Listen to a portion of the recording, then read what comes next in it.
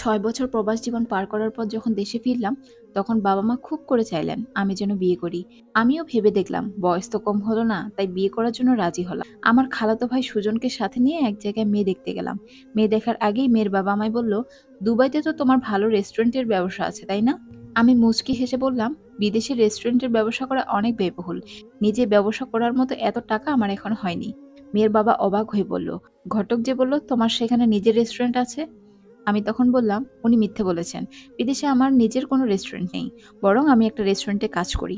মেয়ের বাবা রাগী চোখে আমার দিকে তাকিয়ে বলল, "আমি আমার মেয়েকে কোনো কামলার কাছে বিয়ে দিব না। সাহস কত বড়! বিদেশে গিয়ে কামলাগিরি করে ২ টাকা ইনকাম করছে বলে আমার মেয়েকে বিয়ে করতে আসছে। তোমরা এখন আসতে পারো।" আমি চুপচাপ মাথা নিচু করে চলে গেলাম। বাসায় আসার পর মা আর খালা যখন জিজ্ঞেস করলো, "মেয়ে কেমন দেখেছি?" তখন পাশে দাঁড়িয়ে থাকা আমার খালাতো ভাই মুচকি হেসে বলল, "মেয়ে দেখার আগেই মেয়ের বাবা পাত্রকে কামলা উপাধি দিয়ে বাসা থেকে বের করে দিয়েছে।" আমি মনমরা হয়ে মাকে বললাম, "মা, নেক্সট টাইম এত বড়লোক ঘরের মেয়ে না দেখে আমাদের মতো নিম্ন মধ্যবিত্ত ঘরের মেয়ে দেখো। তাহলে হয়তো এতটা অপমান করবে না।" খালা তখন আমায় বলল, "কামলাকে তো কামলাই বলবে। আমার ছেলের মতো ভালো করে পড়াশোনা করলে আজ বিদেশে গিয়ে কামলা খাটতে হতো না। তুই পরের বার মেয়ে দেখতে গেলে আর আমার ছেলেকে নিয়ে যাস না। তোর জন্য আমার ঢাকা ভার্সিটিতে পড়ুয়া ছেলে অপমানিত হোক, সেটা আমি চাই না।" আমি কিছু না বলে মাথা নিচু করে চুপচাপ নিজের রুমে চলে গেলাম। কয়েকদিন পর অর্পা নামের একটা মেয়েকে দেখতে যাই। মেয়ে আমার খুব পছন্দ হলে মেয়ের সাথে আমাকে একা কথা বলতে বলে। আমি আর মেয়ে যখন আলাদা রুমে যাই, তখন মেয়ে সাথে সাথে দরজা লাগিয়ে আমার দিকে রাগী চোখে তাকিয়ে বলল, "আপনাদের মতো প্রবাসীদের এই এক সমস্যা। বিদেশে গিয়ে সুইপারের কাজ করবে আর দেশে এসে টাকার ফুটানি দেখে মধ্যবিত্ত পরিবারের সুন্দরী আর শিক্ষিতা মেয়েকে বিয়ে করতে চাইবে। আপনার টাকা পয়সা দেখে আমার বাবা-মা গলে গেলেও আমি গলব না। আপনি আমায় বিয়ে করলে আমি আমার পছন্দের ছেলের সাথে বিয়ের পরের দিন পালাবো বলে দিলাম। তাছাড়া আপনার সাহস কত বড়? নিজেই ইন্টার ফেল করা একটা ছেলে হয়ে অনার্স পড়া একটা মেয়েকে বিয়ে করতে চাইছেন?" আমি মাথা নিচু করে মেয়ের কাছ থেকে হাত জোড় করে বললাম, "আমি জানতাম না আপনি অনার্সে পড়েন। জানলে আমি আসতাম না। দয়া করে আমায় আর অপমান করবেন না।" এই কথা বলে মেয়ের বাসা থেকে বের হয়ে আসলাম। রাতে নিজের বাসায় ফিরে এসে দেখি মা, খালা আর খালাতো ভাই সোফায় বসে আছে। মা আমায় দেখে বলল, "কিরে, মেয়ে পছন্দ হয়েছে?" আমি তখন মাকে বললাম, "শুধু আমার একা পছন্দই হলে তো হবে না, আমাকেও তো মেয়ের পছন্দ হতে হবে। মেয়ে আমার মতো ইন্টার ফেল করা প্রবাসী ছেলেকে বিয়ে করতে পারবে না।" এই কথা শুনে মায়ের পাশে বসে থাকা খালা আর খালাতো ভাই হেসে দিল। হাসতে হাসতে খালাতো ভাই আমায় বলল, "তোমার কপালে আর বউ জুটবে না।"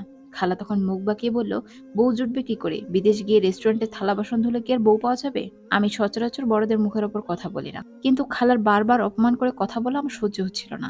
তাই একটু রেগে গিয়েই খালাকে বললাম, "হার্ট ব্লক হয়ে যখন হাসপাতালে পড়েছিলেন, তখন এই কামলায় কামলাগিরি করে আপনাদেরকে 2 লাখ টাকা পাঠিয়েছিল অপারেশনের জন্য।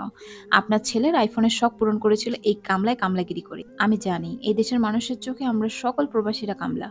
তাই দয়া করে বারবার কামলা কামলা বলে সেটা মনে করিয়ে দিতে হবে না।" আমার কথা শুনে খালাতো ভাইটা রেগে গিয়ে বলল, 2 লাখ টাকা আর একটা আইফোন দিয়েছো বলে আমার মাকে যা তা বলে অপমান করতে পারো না। সময় হলে তোমার টাকা আর ফোন তোমার মুখে ছুঁড়ে মারবো। আমি আমার খালাতো ভাইকে কিছু না বলে শুধু একটু হাসলাম। পরদিন সকালে মাকে ডেকে বললাম, "মা, আমি এখন বিয়ে করব না। আরো কয়েক বছর প্রবাসে কামলাগিরি করে আসি, তারপর একেবারে দেশে এসে বিয়ে করব।" 4 বছর পরের ঘটনা। আমি দেশে এসেছি শুনে আমার খালা আর খালাতো ভাই আমার সাথে দেখা করতে এসেছে। খালা আমার দিকে অসহায় দৃষ্টিতে তাকিয়ে বলল, "তুই যেখানে জব করিস সেখানে সুজনের জন্য একটা কাজের ব্যবস্থা করে দিতে পারবি? পাশ করার পর 3 বছর ধরে বেকার ঘুরছে, কোথাও কোনো চাকরি হচ্ছে না।"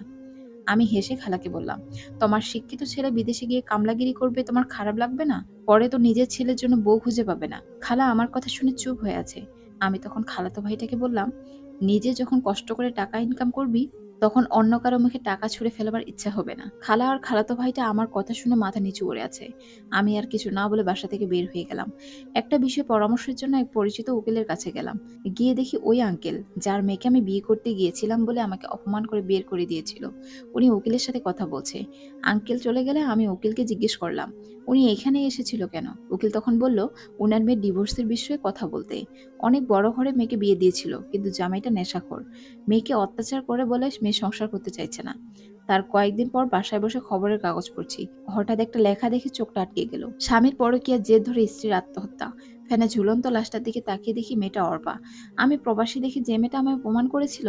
আমি পত্রিকা বন্ধ করে ভাবতে লাগলাম, দ্য ডেইলি স্টারের একটা প্রতিবেদনে বলা হয়েছে ২০২০ সালে করোনা মহামারীতেও বাংলাদেশের প্রবাসীরা $22 বিলিয়ন অর্জন করেছে। অথচ তবুও বাংলাদেশের বেশিরভাগ মানুষ প্রবাসীদের কামলা চোখে দেখে। নিজের মেয়েকে নেশাখোর ছেলের সাথে বিয়ে দিবে, তবুও প্রবাসীদের কাছে বিয়ে দিবে না। বদচরিত্রের প্রেমিকাকে বিয়ে করবে, তবুও প্রবাসীদের বিয়ে করতে চাইবে না। গল্পটি আবুল বাশার পিয়াস ভাইয়ার ওয়াল থেকে নেয়া।